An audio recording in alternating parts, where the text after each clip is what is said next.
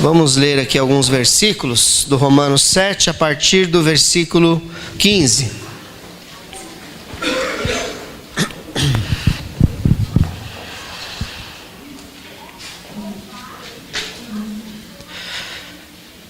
Não entendo o que faço, pois não faço o que desejo, mas o que odeio. E se faço o que não desejo, admito que a lei é boa. Nesse caso, não sou mais eu quem o faz, mas o pecado que habita em mim.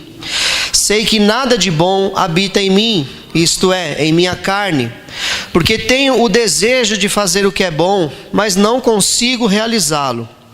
Pois o que faço não é o bem que desejo, mas o mal que não quero fazer, esse eu continuo fazendo. Ora, se faço o que não quero, já não sou eu quem o faz, mas o pecado que habita em mim. Assim encontro esta lei que atua em mim. Quando quero fazer o bem, o mal está junto de mim. No íntimo do meu ser, tenho prazer na lei de Deus, mas vejo outra lei atuando nos membros do meu corpo, guerreando contra a lei da minha mente, tornando-me prisioneiro da lei do pecado que atua em meus membros. Miserável homem que eu sou, quem me libertará do corpo sujeito a esta morte? Graças a Deus por Jesus Cristo nosso Senhor, de modo que com a mente eu próprio sou escravo da lei de Deus, mas com a carne da lei do pecado. Portanto, agora já não há condenação para os que estão em Cristo Jesus, porque por meio de Cristo Jesus, a lei do Espírito de vida me libertou da lei do pecado e da morte. Amém. Podem sentar. É um texto muito falado, muito conhecido. O bem que eu quero fazer, esse é que eu não faço, e o mal sempre está perto de mim, sempre eu faço. E às vezes até algumas pessoas mais velhas de igreja até se apoiam nesse texto para trazer uma justificativa para permanecer no pecado.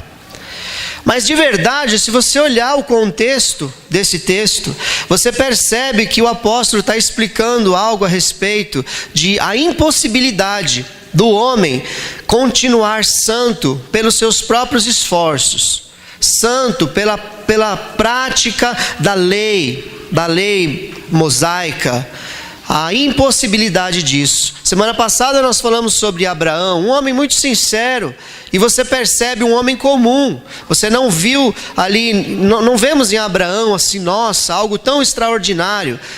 Para mim a maior característica de Abraão era a obediência. Ele era uma pessoa obediente, mas muito fraco, muito falho no seu comportamento. Muitas vezes ele mentiu, ele não protegeu a sua família, como falei na semana passada, mas ele foi obediente, permaneceu e foi chamado de o pai da fé.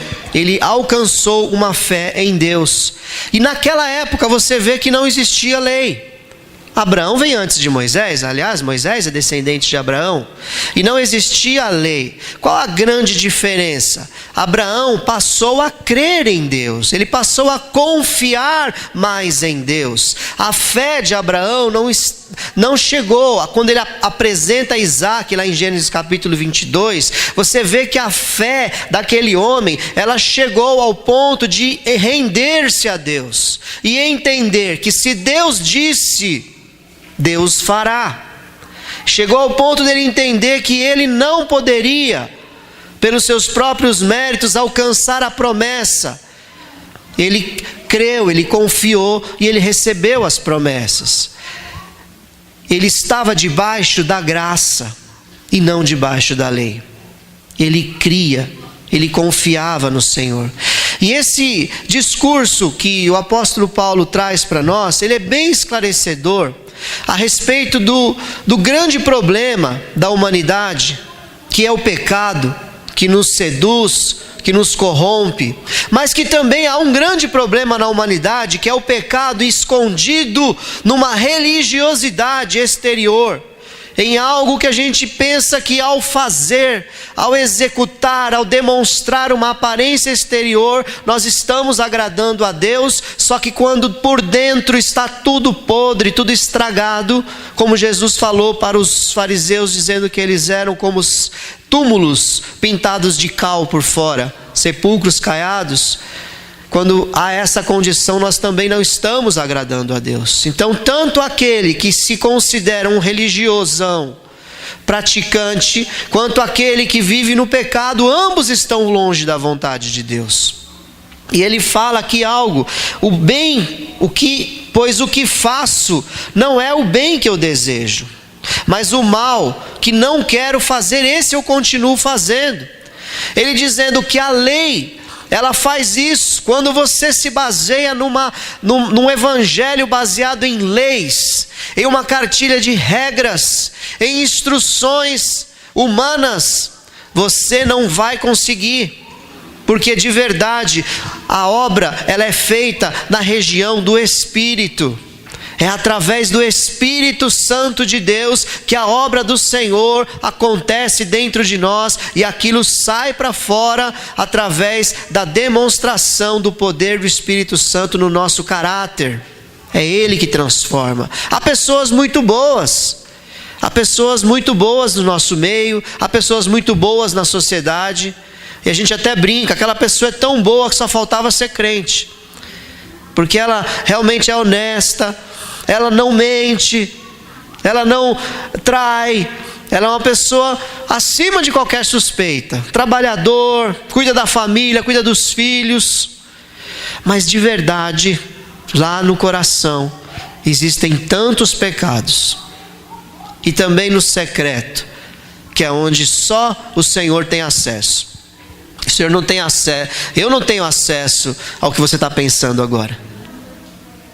Já pensou se começasse a passar aqui tudo que cada um está pensando?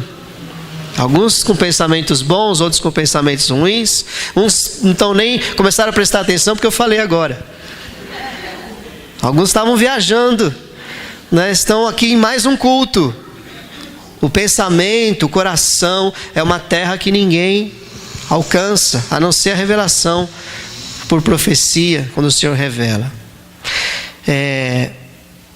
Veja o discurso do apóstolo. Ele fala que se eu faço o que eu não quero, já não sou eu quem faz, mas o pecado que habita em mim. A humanidade, ela foi corrompida. Quando eu falei de fazer, nós queremos muitas vezes mostrar fazendo. Olha para o começo de tudo e vamos voltar para as origens, lá para o Gênesis. Presta atenção, como foi que Deus criou o homem? Quando Ele cria Adão, o que Ele faz com Adão? Ele passa a ter um relacionamento com Adão. A Bíblia diz que todas as tardes Deus vinha e passeava com Adão no jardim do Éden. Então Deus preparou todo aquele jardim, frutificava sozinho, não nascia espinho, não tinha praga, era tudo perfeito, não tinha tempestades. Adão poderia desfrutar de tudo aquilo que Deus criou e desfrutar da presença de Deus. Então Adão, na prática, não fazia nada. Adão apenas se relacionava com Deus. E se você olhar para depois disso, as pessoas começaram a querer fazer. Você vê já os filhos de Adão, já para ter um relacionamento com Deus, já ali Caim e Abel, começando por Caim, oferecendo uma oferta a Deus, depois Abel oferecendo uma oferta a Deus. A de Caim foi rejeitada, a de Abel foi aceita, teve toda aquela confusão. Caim não se arrependeu e mata o irmão dele, querendo fazer coisas para Deus para ser aceito. E Caim ficou muito indignado porque não foi aceito por aquilo que ele fez, que era imperfeito. Então nós pensamos muito em fazer e fazer. Mas de verdade o que Deus quer de nós? Relacionar-se. É esse o chamado de Deus através do Espírito Santo. Que você faça uma nova conexão que foi perdida no Éden. Essa conexão com Deus se perde no Éden. E a lei, ela vem apenas para mostrar que o homem é incapaz de ser perfeito diante de Deus, porque todos pecaram, diz esse livro, e carecem da glória de Deus, todos, sem exceção. O salário do pecado é a morte, diz a palavra do Senhor em Romanos 6:23. Mas o dom gratuito de Deus, gratuito, fale gratuito. Não é fazendo, fala não é fazendo. É a vida eterna. Glória a Deus. O dom gratuito de Deus é a vida eterna em Cristo Jesus. Isso é algo tão impressionante, e eu não me canso de falar as mesmas coisas, como diz o apóstolo Paulo, e eu prego Cristo e esse crucificado. É tão interessante essa obra, que quando você entende isso, você passa a fazer. Agora você começa a fazer, só que você faz agora por gratidão, você faz agora retornando um pouquinho do que Deus fez por você. Quando a gente faz algo com alegria para alguém que você ama, não é tão gostoso? Quando você faz voluntariamente, pode ser até um trabalho, né? Pode ser aquela panela cheia de óleo que ficou queimando ali, que esqueceram no fogo. Você lava lá para sua esposa que você ama. Ai, que dificuldade de tirar esse óleo daqui, mas você lava com amor. Fui fundo agora, hein, varões? Né? Quando você faz algo para alguém que você ama, é tão gostoso. É tão gostoso. E o Senhor está te chamando nessa manhã para você desenvolver um relacionamento de amor profundo por Cristo. Um relacionamento de paixão. O pastor Mário falou com propriedade aqui, né? Tem tantos apaixonados pelo Haddad, apaixonados pelo Bolsonaro, fazendo tanta campanha, brigando, sabe, se dividindo, fazendo posts e mais posts.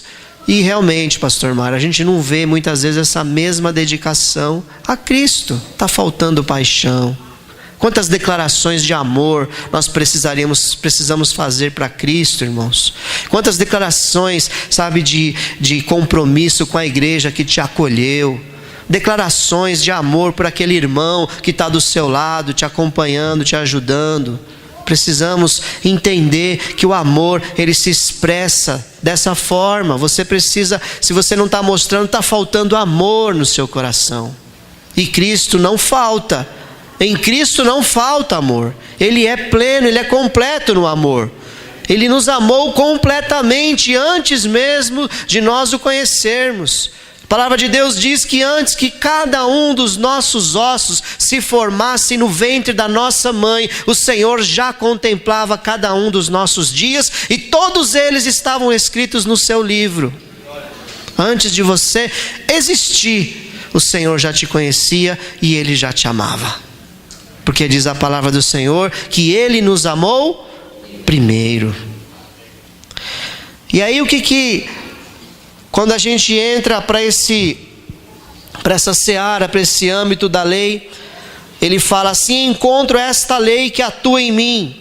Quando quero fazer o bem, o mal está junto de mim. No íntimo do meu ser, tenho prazer na lei de Deus, mas vejo outra lei atuando nos meus membros, nos membros do meu corpo, guerreando contra a lei da minha mente, tornando-me prisioneiro da lei do pecado que atua em meus membros. Então, todo aquele que é baseado num cumprimento de lei, em regras e viver em práticas humanas, ele traz para si esse conflito. Quer fazer, mas não consegue. Luta, mas não consegue. Porque não é possível para o homem isso. O homem nunca vai conseguir agradar a Deus através da sua justiça própria. Diz a palavra do Senhor que as nossas justiças são como panos de menstruação, trapos de imundícia, não serve para mais nada. Não é que você não tem que ser justo, entenda o contexto. Quando você quer se justificar a si mesmo, através das suas boas obras, a Bíblia diz que isso é considerado descartável. Porque eu não consigo me justificar diante de um Deus justo, através das minhas boas obras. Porque sempre vai faltar algo. Ele sempre vai merecer mais. ele nunca será plenamente satisfeito por causa do meu próprio esforço, porque junto com o meu esforço sempre vai ter alguma coisa pecaminosa junto com aquilo. É o que eu sempre brincava com as crianças quando eu dava aula. Eu falava, a criança às vezes falava: mas é só uma coisinha, é só um pecadinho, é só uma mentirinha, não tem tanto problema. Aí eu sempre dava esse exemplo, acho que já até dei aqui também. Vou fazer um bolo para você, vou colocar a melhor farinha, vou colocar açúcar, chocolate, vou colocar frutas, vou fazer o bolo que você mais gosta. Só que junto desse bolo eu vou pegar só um pedacinho do cocô do meu cachorro, mas é só um pedacinho. E vou colocar lá e vou misturar bem, você vai ver eu colocando. Você vai comer esse bolo? Nossa! Né? Que nojo! Então, é assim. Quando a gente chega na presença de Deus, com a melhor farinha, com o melhor chocolate, com o melhor açúcar, mas tem um pedacinho de cocô. Deus não aceita.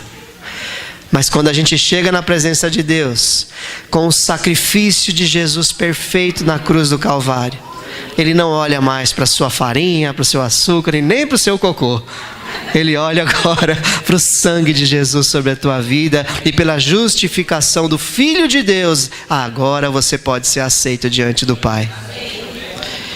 E aí, ele entra num conflito, porque ele está fazendo uma explanação aqui. Ele fala: miserável homem que eu sou, quem me libertará do corpo sujeito a essa morte? E é um conflito que cada um de nós precisa entrar. Quando a gente se justifica, a gente tem que chegar a essa conclusão. E ele está falando aqui algo que ele entende. Ele não vive dessa maneira. Ele está fazendo um discurso, construindo uma ideia. E ele diz: se eu sou assim, se eu me justifico pela lei, se eu entendo que para eu chegar lá no céu, eu vou pagar, eu vou fazer, eu vou acontecer, eu sou um homem miserável, porque eu não vou conseguir, porque dentro de mim existe uma luta contínua entre a carne e o espírito. A minha carne quer pecar, o meu espírito quer acertar, e elas sempre estão em contínuo combate, e eu não tenho paz interior. Por isso que Jesus fala: a minha paz vos deixo, a minha paz vos dou. Quando nós entramos em Cristo, esse conflito termina e você agora tem a paz de Cristo no seu coração. Porque você entende, o filhinhos, não pequeis. Mas quando pecar, você tem um advogado no céu, Jesus Cristo justo. Você já não se justifica, você tem Jesus Cristo advogado, o justo advogado, para te perdoar dos seus pecados. E você entrega agora a sua vida a esse justo Salvador da sua alma. E essa luta interior, ela é aplacada pelo poder do Espírito Santo atuando na sua vida e te ajudando a vencer diariamente. E o dia que você errar, e você vai errar diariamente, você vai ter convicção de que o Senhor está ali contigo, te perdoando, te ajudando, não te autorizando a pecar, porque há um grande equívoco nisso também. Entender que a graça é uma autorização para pecar. Ninguém consegue mesmo, então eu não vou conseguir, então vamos prosseguir assim. Na primeira carta de Tessalonicenses, capítulo 4, lida pelo pastor Mário, se eu não me engano, no versículo 11, eu acho, ou 7, fala que se eu nego a santidade, melhor ler. É 7. Porque Deus não nos chamou para a impureza, mas para a santidade. Portanto, aquele que rejeita estas coisas, não está rejeitando o homem, mas a Deus, que lhes dá o seu Espírito Santo. Então Deus não nos chamou para viver uma vida de impureza, mas para a santidade. E aqui ele já deixa claro como que eu alcanço isso: através do seu Espírito Santo em nós. O Espírito Santo, ele passa a atuar na sua vida. E ele não te domina no sentido de uma incorporação, porque nós não somos espírita. Ele não te domina e te conduz É você quem tem que decidir. Ele fala com você, Ele te orienta e Ele te dá poder para você conseguir vencer o pecado. Aqui fala, mas a Deus que lhes dá o seu Espírito Santo. Então antes Deus vivia fora, atuando. Quando Jesus vem, o que acontece? O Espírito Santo passa a habitar dentro de nós. E cada um aqui que tem o Senhor Jesus como seu Salvador, não anda mais sozinho, mas dentro de si tem o Espírito Santo que o capacita a vencer o pecado diariamente. Então pode ter certeza que cada vez que você peca, que eu peco, nós tínhamos condições de vencer o pecado. Para Caim, Deus disse assim: Caim, você está pensando em fazer, estou só trazendo uma forma mais fácil de entender. Você está pensando em fazer algo muito ruim, um pecado muito grave, mas tenha convicção de uma coisa: você tem domínio. O pecado está na porta querendo te matar, mas você tem domínio sobre ele. Controle-se. Então veja que mesmo lá, naquele tempo, antes da plenitude do Espírito Santo, existe sempre dentro do homem e da mulher o livre arbítrio para decidir fazer, e nós sempre saberemos o que é o certo e o que é o errado. E quanto mais hoje que nós temos dentro de nós o Espírito Santo de Deus, dando toda a condição para você viver em santidade na presença dele. E agora ele começa a fechar esse discurso, essa parte desse discurso, num versículo maravilhoso que não termina aqui, mas termina no capítulo 8, versículo 1.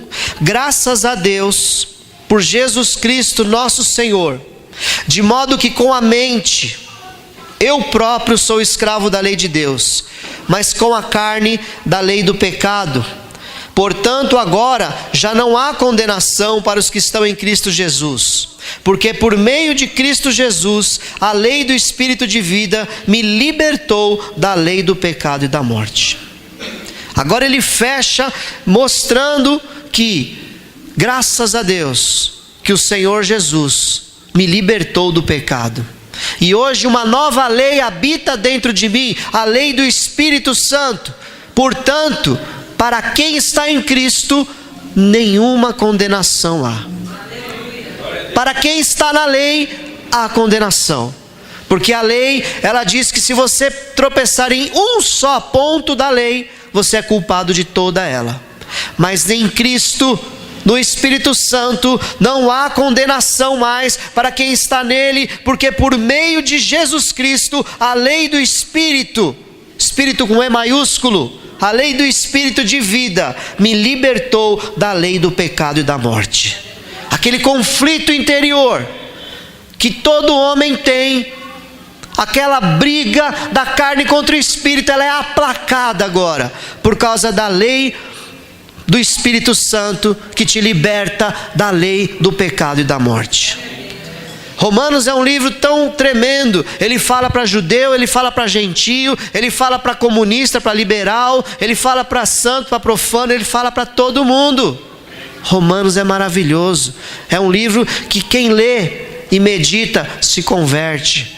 Porque esse homem, ele teve a revelação do que realmente é o Evangelho. Ele entendeu o propósito da vinda de Jesus Cristo nessa terra. E ele chama hoje cada um de nós aqui presentes para entender o que foi que Jesus Cristo veio fazer nessa terra. De verdade, Jesus não veio curar nenhum enfermo. Jesus não veio limpar, expulsar demônios das pessoas.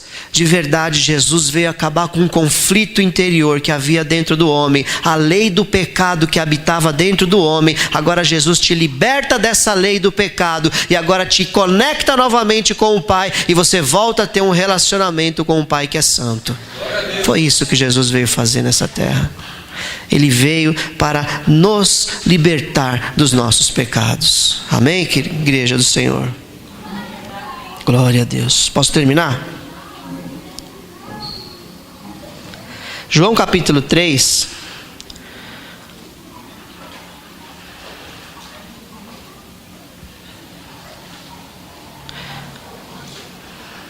Há um discurso conhecido também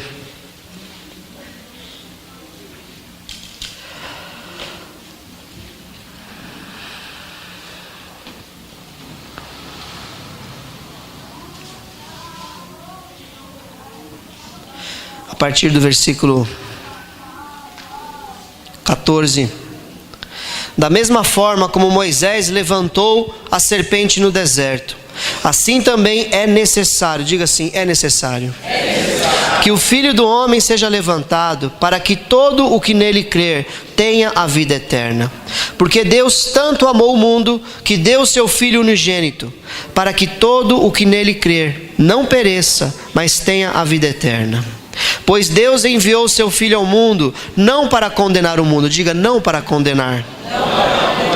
Diga, mas para que fosse salvo por meio dele. Quem nele crê não é condenado, mas quem não crê já está condenado por não crer no nome do Filho unigênito de Deus. Este é o julgamento. A luz veio ao mundo, mas os homens amaram as trevas e não a luz, porque as suas obras eram más. Quem pratica o mal odeia a luz e não se aproxima da luz, temendo que as suas obras sejam manifestas. Mas quem pratica a verdade vem para a luz, para que se veja claramente que as suas obras são realizadas por intermédio de Deus. Você vê aqui nesse texto que houve uma figura no Antigo Testamento, quando as pessoas pecavam lá no deserto, em caminho da terra prometida.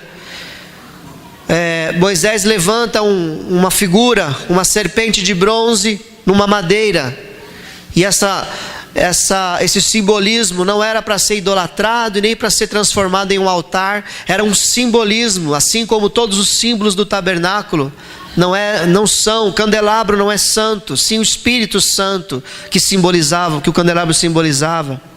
Então era um símbolo que mostrava que ao ser picado pela serpente morreria, porque não tinha o Instituto Butantan nessa época para fazer o soro antiofídico. Eles olhavam para aquela serpente e eram curados da picada instantaneamente. E aí a Bíblia, Jesus falou várias vezes que ele tinha que ser levantado no madeiro. Para todo judeu aquilo era bem claro, eles sabiam do que ele estava falando, que a serpente também, o pecado ali foi levantado no madeiro. Jesus na cruz, ele se fez pecado em nosso lugar. A serpente ali no madeiro era o símbolo do pecado da humanidade.